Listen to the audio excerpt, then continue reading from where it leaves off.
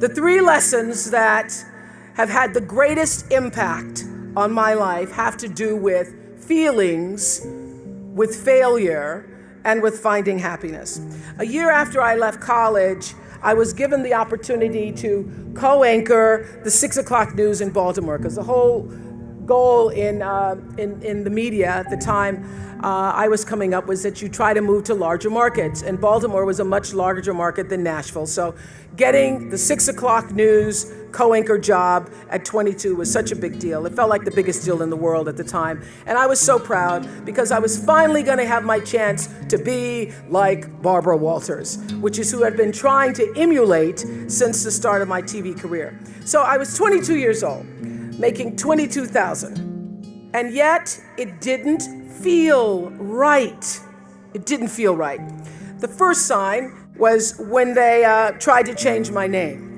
The news director said to me at the time, "Nobody's going to remember Oprah, so we want to change your name.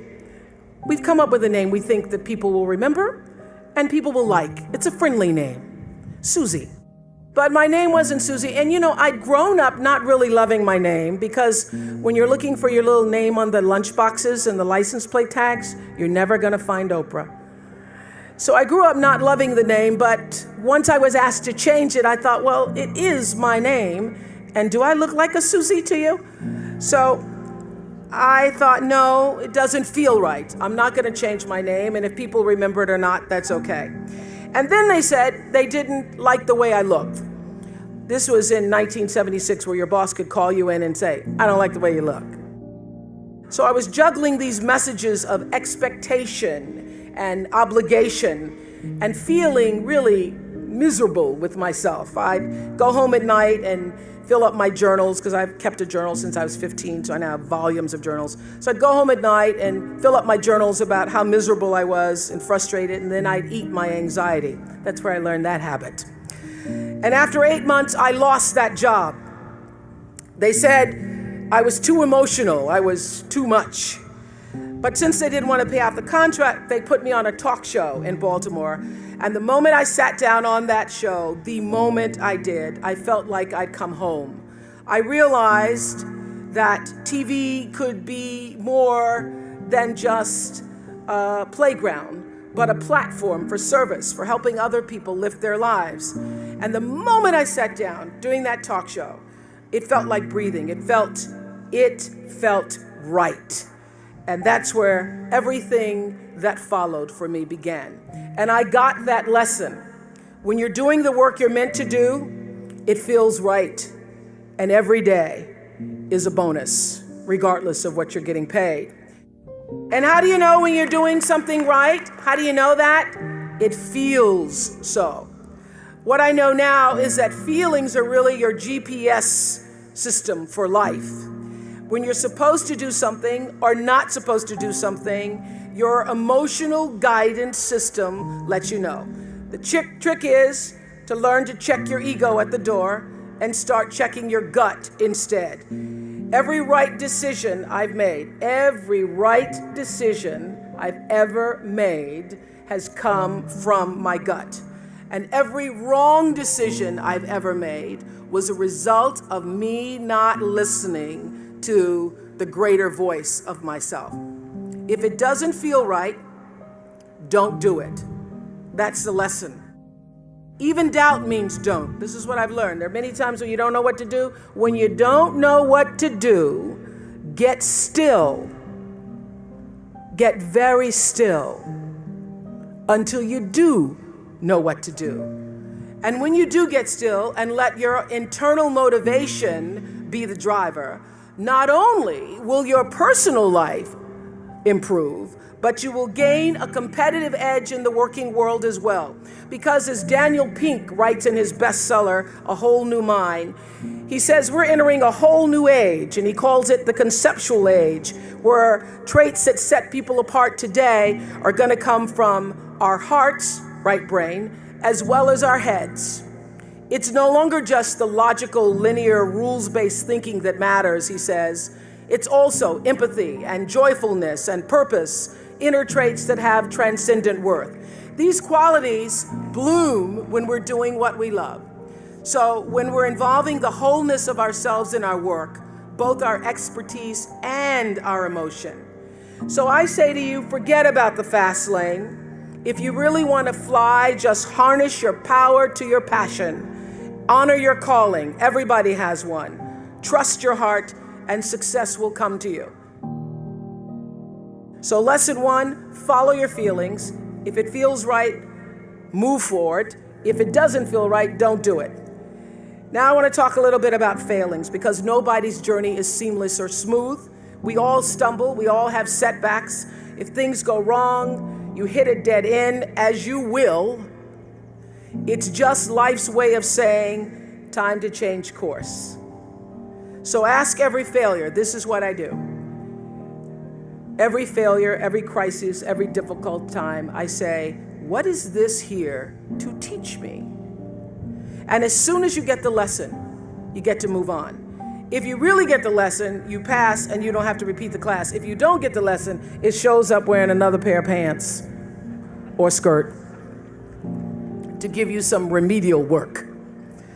And what I found is that difficulties come when you don't pay attention to life's whisper, because life always whispers to you first. And if you ignore the whisper, sooner or later, you'll get a scream. Whatever you resist persists, but if you ask the right question, not why is this happening, but what is this here to teach me? What is this here to teach me? It puts you in the place and space to get the lesson you need. My friend Eckhart Tolle, who's written this wonderful book called A New Earth, it's all about letting the awareness of who you are stimulate everything that you do. He puts it like this. He says, don't react against a bad situation, merge with that situation instead, and the solution will arise from the challenge. Because surrendering yourself doesn't mean giving up, it means acting with responsibility. Okay, many of you know that, as President Hennessy said, I started this school in Africa.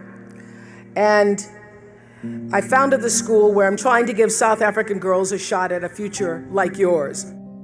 And I spent 5 years making sure that school would be as beautiful as the students. I wanted every girl to feel her worth reflected in her surroundings. So I checked every blueprint, I picked every pillow, I was looking at the grout in between the bricks, I knew every thread count of the sheets, I chose every girl from the villages, from 9 provinces, and yet last fall I was faced with a crisis I'd never anticipated. I was told that one of the dorm matrons was suspected of sexual abuse. Well, that was, as you can imagine, devastating news.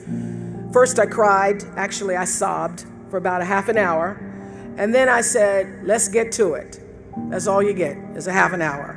You need to focus on the now, what you need to do now. So I contacted a child trauma specialist. I put together a team of investigators. I made sure the girls had counseling and support. And Gail and I got on a plane and flew to South Africa. And the whole time I kept asking that question, what is this here to teach me? And as difficult as that experience has been, I got a lot of lessons. I understand now the mistakes I made because I had been paying attention to all of the wrong things. I built that school from the outside in, when what really mattered was the inside out. So it's a lesson that applies to all of our lives as a whole. What matters most is what's inside. What matters most is the sense of integrity, of quality, and beauty. I got that lesson. And what I know is that the girls came away with something too. They've emerged from this more resilient and knowing that their voices have power. And their resilience and spirit have given me more than I could ever give to them, which leads me to my final lesson, the one about finding happiness. Not a small topic, this is, finding happiness. But in some ways, I think it's the simplest of all. Gwendolyn Brooks wrote a poem for her children. It's called Speech to the Young, Speech to the Progress Toward. And she says at the end, live not for battles won, live not for the end of the song, live in the along. She's saying, like Eckhart Tolle, that you have to live for the present. You have to be in the moment. Whatever has happened to you in your past has no power over this present moment because life is now. But I think she's also saying, be a part of something. Don't live for yourself alone. This is what I know for sure. In order to be truly happy, you must live along with, and you have to stand for something larger than yourself, because life is a reciprocal exchange. To move forward, you have to give back. And to me, that is the greatest lesson of life. To be happy, you have to give something back. So whatever field you choose, if you operate from the paradigm of service, I know your life will have more value and you will be happy.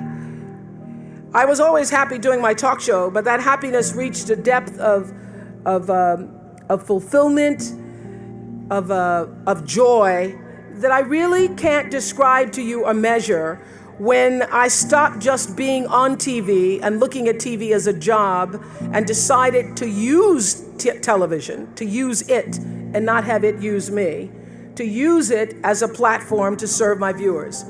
That alone changed the trajectory of my success. So I know this, that whether you're an actor, you offer your talent in the way that most inspires art.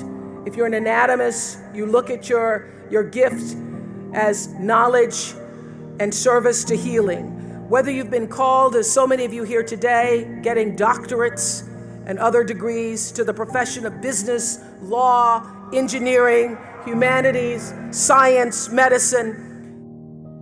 If you choose to offer your skills and talent in service, when you choose the paradigm of service, looking at your life through that paradigm, it turns everything you do from a job into a gift.